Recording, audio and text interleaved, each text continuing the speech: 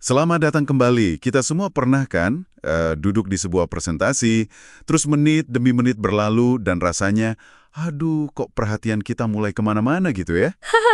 Sering banget itu. Atau sebaliknya, mungkin Anda yang harus bicara nih, punya banyak banget ide bagus tapi bingung gimana memadatkannya biar efektif.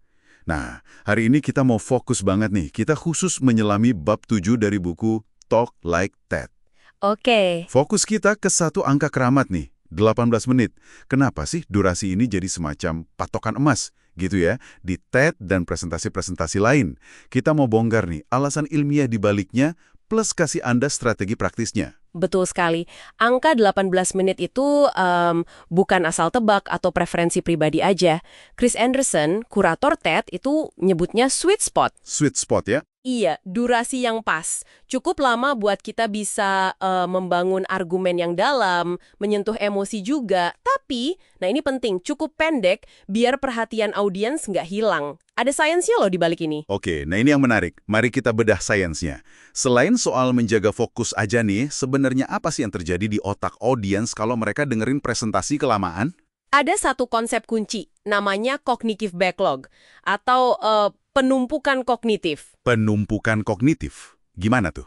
Gini, peneliti Dr. Paul King ngejelasin kalau proses dengerin dan memahami info baru itu tuh kayak ngangkat beban mental buat otak kita. Oke. Setiap informasi baru nambahin beban.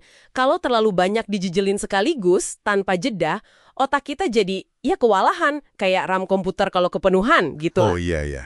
Akhirnya, kemampuan buat memproses dan nyimpan info baru itu malah turun drastis. Jadi kayak kita coba nuang air ke gelas yang udah penuh ya. Percuma, tumpah semua informasinya. Persis, analoginya pas banget. Ini pasti ada hubungannya sama energi juga dong ya. Soalnya kalau dengerin presentasi panjang tuh rasanya capek banget. Tepat sekali. Itu dia poin penting kedua. Ada penelitian dari Roy Baumeister nunjukin kalau otak kita ini boros banget energi, terutama glukosa. Glukosa ya? Iya, mikir keras, fokus, nyerap ide baru, itu semua nguras cadangan glukosa.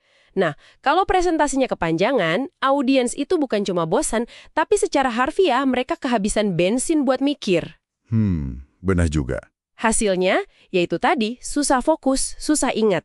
Makanya, batasan 18 menit ini ngebantu banget jaga level energi mereka. Melebihi batas ini bisa jadi malah, kontraproduktif. Pesan kita jadi kurang ngena. Kuat. Ini ngingetin saya sama ide kalau kreativitas itu sering muncul justru karena ada batasan kan? Benar sekali, saya setuju banget. Kayak kata Matthew May, kreativitas justru tumbuh subur di bawah batasan yang cerdas. Batasan waktu ini maksa kita buat disiplin. Disiplin gimana tuh? Iya, disiplin milih. Apa sih yang paling penting buat disampaikan? Kita jadi harus nyaring intisarinya, terus mikirin cara nyampeinnya yang paling efektif, dan ya itu tadi, ringkas. Nah, disinilah aturan 3 jadi relevan banget. Aturan 3. Maksudnya kita batasi poin utama kita jadi 3 aja gitu. Kedengarannya simpel banget ya, tapi apa iya sih efektif itu? Sangat efektif loh. Banyak penelitian soal memori kerja nunjukin kalau otak kita itu secara alami cenderung ngelompokin informasi jadi 3 atau 4 bongkahan gitu. Biar lebih gampang diingat. Oh gitu ya? Iya, pola 3 ini ada di mana-mana kok, coba deh perhatiin. Dari struktur cerita klasik, awal, tengah, akhir, slogan iklan, cara kita ngapalin nomor telepon. Pembicara hebat tuh sering pakai ini secara sadar. Contohnya ada? Ada. Contoh bagus tuh Dr. Jill Ball Taylor di pidato TED-nya soal stroke. Fenomenal itu. Dia nyusun ceritanya rapi banget jadi 3 bagian.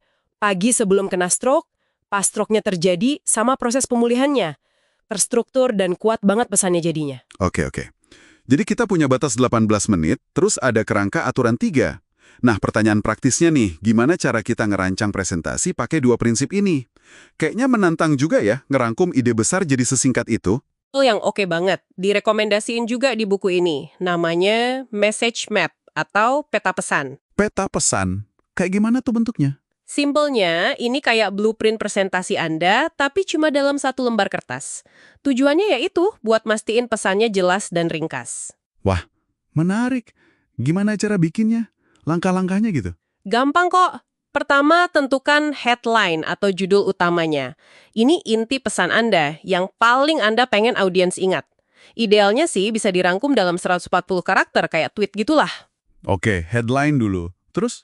Kedua, dukung headline tadi dengan, nah ini dia, 3 pesan kunci. Nggak lebih. Ini pilar argumen Anda, sesuai aturan 3 tadi ya. 3 ya, dicatat. Lanjut. Ketiga, buat tiap pesan kunci tadi tambahin poin-poin pendukung. Bisa cerita pendek, data, contoh, atau kutipan. Peta ini maksa kita fokus ke struktur dan esensinya. Kebayang sih strukturnya. Contoh klasik banget penerapannya itu pidato Steve Jobs di Stanford tahun 2005. Kalau Anda perhatiin lagi, pidatonya itu terstruktur rapi jadi 3 cerita utama, soal menghubungkan titik-titik, soal cinta dan kehilangan, sama soal kematian. Masing-masing cerita itu nguatin pesan utamanya. Luar biasa ya. Kalau lihat contoh kayak Steve Jobs gitu, aturan 3 sama peta pesan jadi kerasa lebih konkret dan kayaknya bisa dicapai gitu ya. Betul. Jadi kesimpulannya nih ya, 18 menit itu bukan angka asal-asalan. Ini tuh panduan yang ada dasar ilmiahnya tentang cara kerja otak kita, soal perhatian, cara kita proses info, sama energi mental kita. Kalau kita gabungin batasan waktu ini sama disiplin aturan 3, plus pakai alat kayak peta pesan tadi, wah, presentasi kita bisa jadi jauh lebih nendang dampaknya. Iya, dan prinsip ini penting bukan cuma pas kita jadi pembicara aja loh, tapi juga pas kita jadi audiens. Coba deh, mulai sekarang, perhatiin presentasi atau obrolan di sekitar Anda. Gimana batasan, entah itu waktu, struktur, jumlah poin dipakai. Apakah itu ngebantu mempertajam pesan atau malah bikin kabur? Bener juga ya? Ngerti, ini bisa bikin kita jadi komunikator dan pendengar yang lebih baik. Batasan itu ternyata bisa jadi katalis buat kejelasan pesan. Nah, ini menarik banget. Sebagai penutup nih, mungkin sedikit bahan pemikiran ya buat Anda bawa pulang. Selain soal durasi dan struktur 3 poin tadi, ada nggak sih batasan-batasan lain dalam cara kita komunikasi? Mungkin soal pilihan kata, visual yang kita pakai, atau malah platformnya, yang menurut Anda, justru secara nggak terduga bisa ningkatin kejernihan dan daya tarik pesan Anda. Sesuatu buat direnungkan mungkin ya.